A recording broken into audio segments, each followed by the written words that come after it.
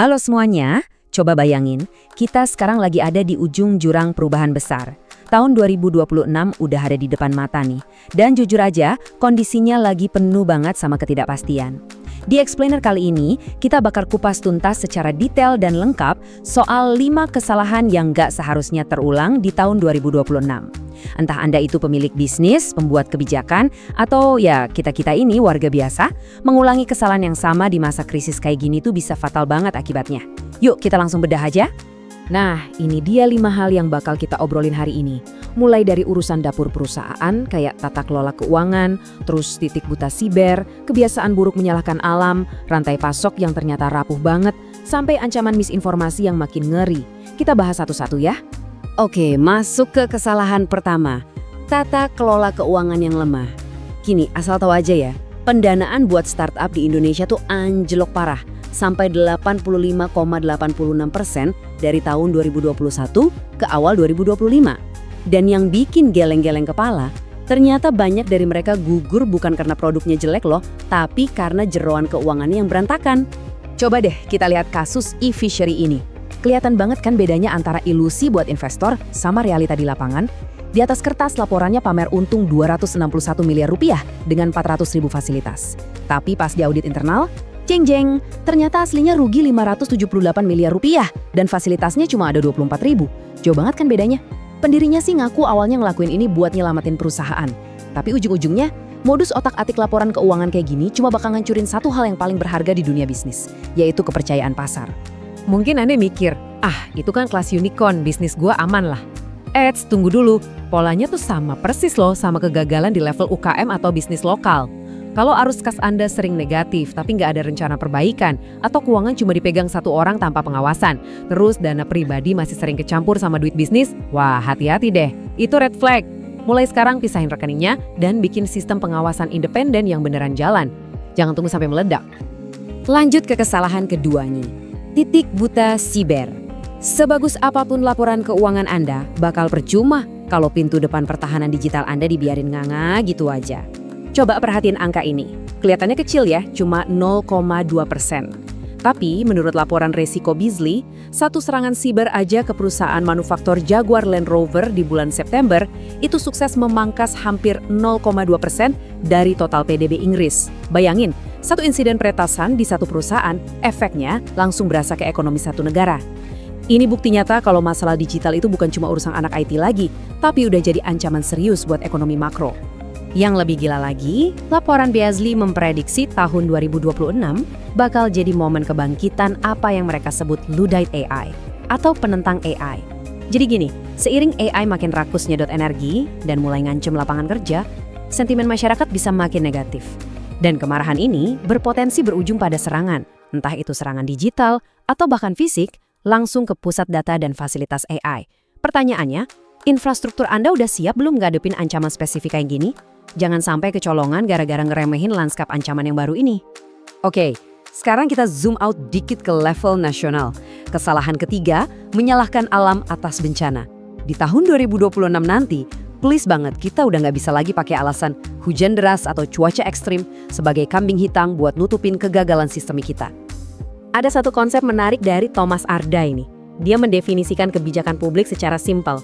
Apapun yang dipilih pemerintah untuk dilakukan atau tidak dilakukan. Kenapa ini penting? Gini, kalau ada bencana, kerusakannya itu seringkali bukan murni karena amarah alam. Tapi itu konsekuensi langsung dari kebijakan tata ruang kita sendiri. Misalnya, mutusin buat bangun di daerah resapan air.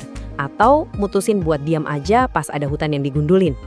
Data dari harian This Way ini benar-benar nampar kita sih. Bayangin, dari sekitar 2.900 bencana di Indonesia sepanjang tahun 2025, 99%-nya itu bencana hidrometeorologi. Artinya apa? Banjir, tanah longsor, masalah cuaca. Angka 99% ini bukti tak terbantahkan kalau akar masalahnya ada di cara kita mengelola air dan hutan. Bencana ini bukan sekedar fenomena alam yang acak, tapi siklus yang terus berulang gara-gara pilihan pembangunan yang kita buat.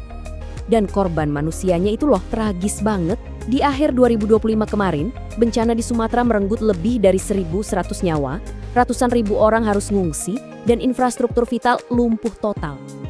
Kalau udah separah ini dan kita masih nyebutnya sekedar cuaca buruk, itu sih namanya pengabaian tanggung jawab.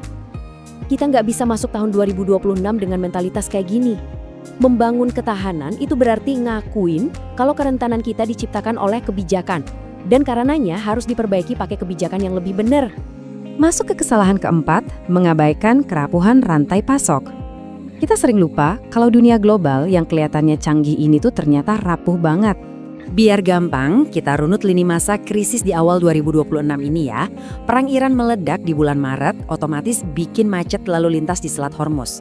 Dampaknya kerasa seketika. Harga minyak mentah Brent langsung meroket 10-13% ke angka 80 hingga 82 dolar per barel.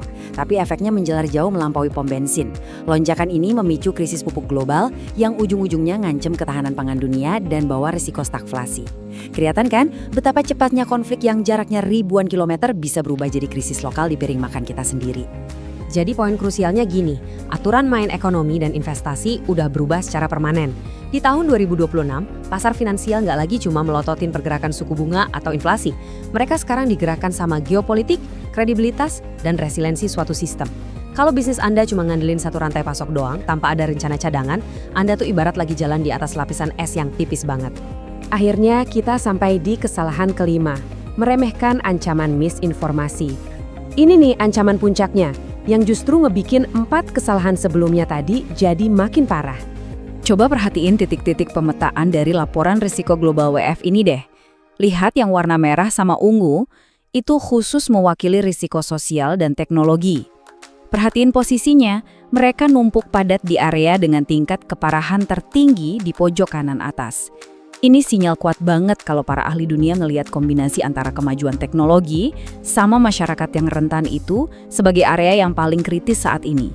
Kalau kita urutin, 3 resiko jangka pendek teratas itu adalah pertama, misinformasi, kedua, cuaca ekstrim, dan ketiga, polarisasi sosial.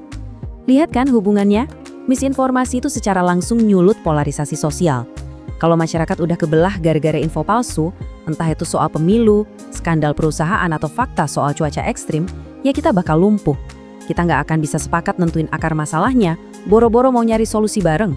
Mengabaikan bahaya hoax itu sama aja kayak ngebiarin sistem kekebalan masyarakat kita hancur dari dalam. Dari obrolan kita di Explainer ini, mulai dari laporan keuangan bodong di startup, krisis rantai pasok di Selat Hormuz, sampai wabah hoax global, sekarang bolanya kembali ke Anda.